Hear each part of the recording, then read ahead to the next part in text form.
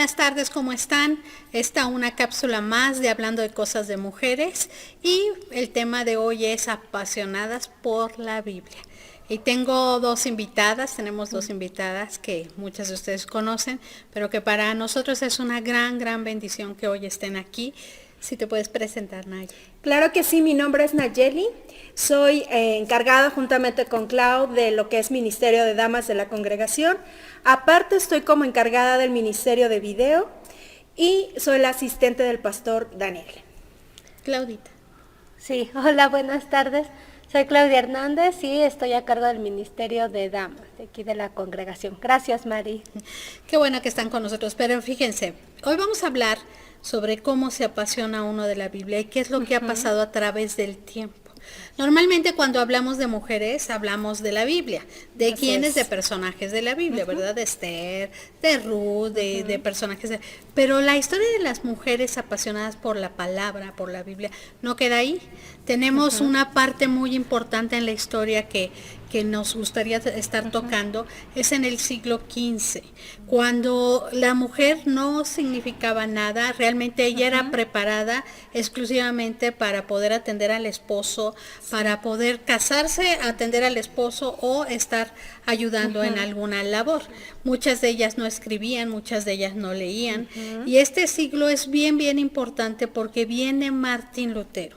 Martín Lutero, el reformador, que nos da algo maravilloso, que es el poder traducir la Biblia al alemán, que era el idioma que él tenía, y poder tener acceso a la palabra.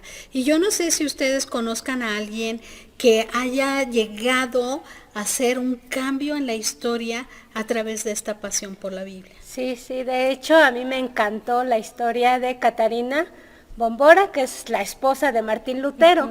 Ella fue huérfana de mamá a los 4 años, su papá se vuelve a casar pero tiene puros hermanos, entonces el papá dice, ¿qué hago? Pues la manda a un convento desde esa edad y ella crece en un convento y eso le permite aprender a leer. Ella aprende a leer en ese convento a los 16 años, pues no conocía otro estilo de vida, así que decide tomar los hábitos en ese momento.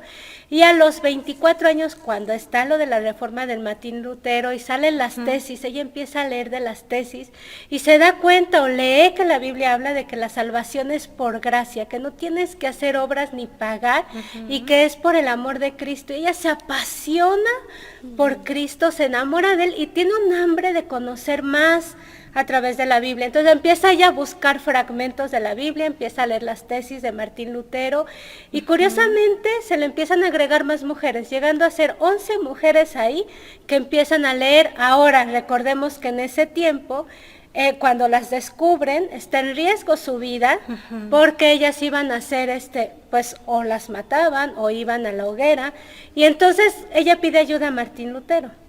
Y entonces Martín Lutero les ayuda a salir de ahí, hacen una conspiración, logran salir y están con Martín Lutero más o menos 2 años en lo que él les consigue a unas esposo, a otras trabajo, que no había muchas opciones como mujeres. Sí. Y entonces ahí es donde surge y ellos se casan.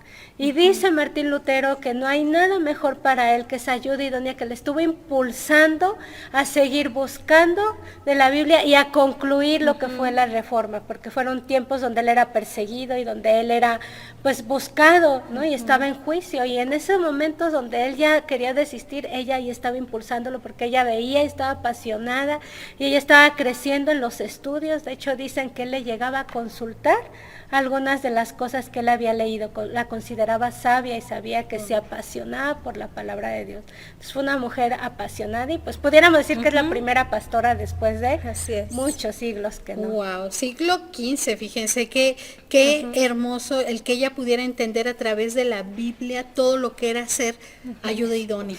O sea, a nadie se lo había enseñado. Ella lo aprendió con estar leyendo, apasionada, y poder ser la primera pastora que apoyaba a su esposo en todo lo que era esta obra de reforma.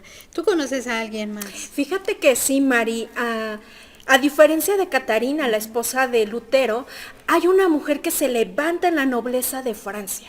Ella se llama Margarita de Navarra. Ella dice que es hija de duques. Posterior ella pues se hace reina al casarse con Enrique de Navarra. Y algo importante, mientras ella crece, dice que su papá, el duque, muere. Y su mamá, tanto a ella como a su hermano, los envían con el que en ese entonces era el rey de Francia, que era Luis XII. Entonces ella se empieza a cultivar, se empieza a rodear de gente erudita. Y también el propósito que Dios tenía para ella es que empezó a conocer personas que empezaron la reforma. Entonces hubo una persona muy importante y crucial para ella, que fue un obispo, el cual se llama Briconnet. Este obispo empieza a hablarle de un Dios vivo y real. Y dice que en las primeras charlas que tiene con él queda impactado su corazón, queda impactada su vida, su espíritu, y dice que empieza a tener más comunicación a través del correo. Entonces empieza él a mostrarle más fragmentos de la palabra, ella empieza a conocer las escrituras, empieza a escudriñarlas y dice que ella tiene un encuentro cara a cara con Dios. Y ella entiende algo muy importante que a mí me impactó cuando la empecé yo a estudiar, fue que ella entendió que no necesita de ningún intermediario para tener esa relación real y de persona a persona con Dios. Cuando ella se casa con el rey Enrique de Navarra, dice que él era joven, más joven que ella, pero empezaron a compartir como matrimonio la ideología que ella traía, el evangelismo que ella empezó a conocer de Dios. Y en el lugar donde ellos estaban como reyes, dice que empezaron, el primer acto que ellos hicieron fue traducir la Biblia, así como tú decías, la primera traducción fue el alemán, ahora lo hicieron al francés. Y en su reinado, en su territorio, empezaron a establecer como tal las escrituras y que la gente normal empezara a escudriñar las escrituras. Wow, qué hermosas historias donde vemos que mujeres que se apasionan por la Biblia hicieron algo extraordinario, ¿no? El poder apoyar a su esposo, el poder traducir juntamente con un rey en las escrituras al francés. Y bueno, también yo conozco la historia de Úrsula Monsterberg, también alemana, que ella también queda huérfana y la meten a un convento. Entendamos que las mujeres normalmente eran incluidas en conventos. Y bueno, esta mujer empieza a leer de Martín Lutero y empieza a escondidas a enseñarles a las otras lo que Martín Lutero decía, y todas empiezan a quedar impactadas a través de estos versículos, porque no teníamos la Biblia completa, no la tenían. Y bueno, ella queda impactada cuando lee ir y predicar el evangelio a toda criatura y a todo el mundo. Cuando ella lee esto, dice, ¿qué estoy haciendo aquí encerrada? Y entonces escapa y empieza a predicar de los pocos artículos y versículos que ella tenía, y levanta el poder predicar y evangelizar principalmente a mujeres. Entonces tenemos estos casos que son muy hermosos, que realmente yo creo que han hecho a mella en nuestras vidas. El conocerlos ha sido muy interesante y no se queda ahí la historia. En 1969, cuando viene este movimiento de la liberación femenina a través de todo lo que existía en Estados Unidos, la guerra y demás, se levantan 3 mujeres a decir sí, vamos a entrar al movimiento, pero vamos a entrar con Cristo, porque ellas eran cristianas. Ellas empiezan a leer de la palabra y Dios les empieza a marcar el propósito que tenían, y levantan un movimiento tan enorme que se llama ACLU. Hoy por hoy, mundial, 17 millones de personas han alcanzado a Jesús y lo han conocido, en mayoría mujeres, por este grupo de mujeres que también decidieron, por la pasión de la palabra y la oración y el Espíritu Santo, poder llevar la palabra. Y esa es la historia de muchas mujeres que no conocemos. Estamos trabajando con mujeres y conocerlas es algo muy hermoso. Pero a mí me gustaría conocer de ustedes, que nos hicieran, nos mostraran su testimonio de qué es lo que Dios hizo con la Biblia, con su palabra, a través de tu vida. Bueno, yo conocí a Cristo a los 18 años y bueno, mi papá no vivía con nosotros, mi mamá sola, trabajaba todo el día, y yo cuando empiezo a leer acerca de la palabra de Dios, me empiezo a dar cuenta que ahí puedo encontrar consejo de lo que yo necesitaba. en ese momento en mi juventud.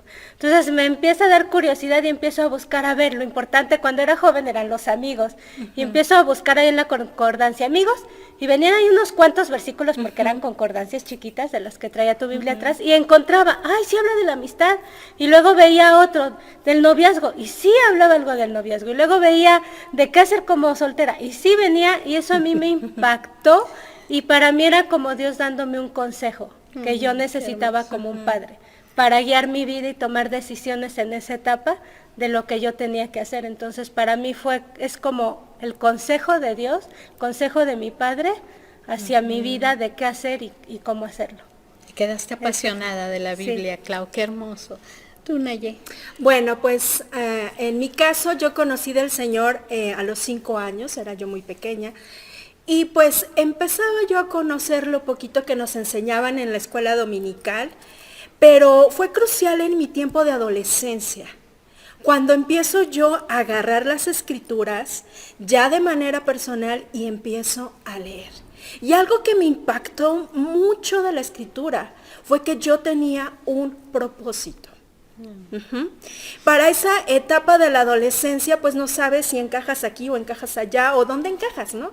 Y el saber que yo encajaba dentro del reino de los cielos y que yo tenía un propósito y que Dios ya me había predestinado desde antes y que ya había pensado en mí para estar en este tiempo, eso fue lo que mi corazón, saltó algo en mi corazón, el Espíritu Santo hizo algo en mi corazón.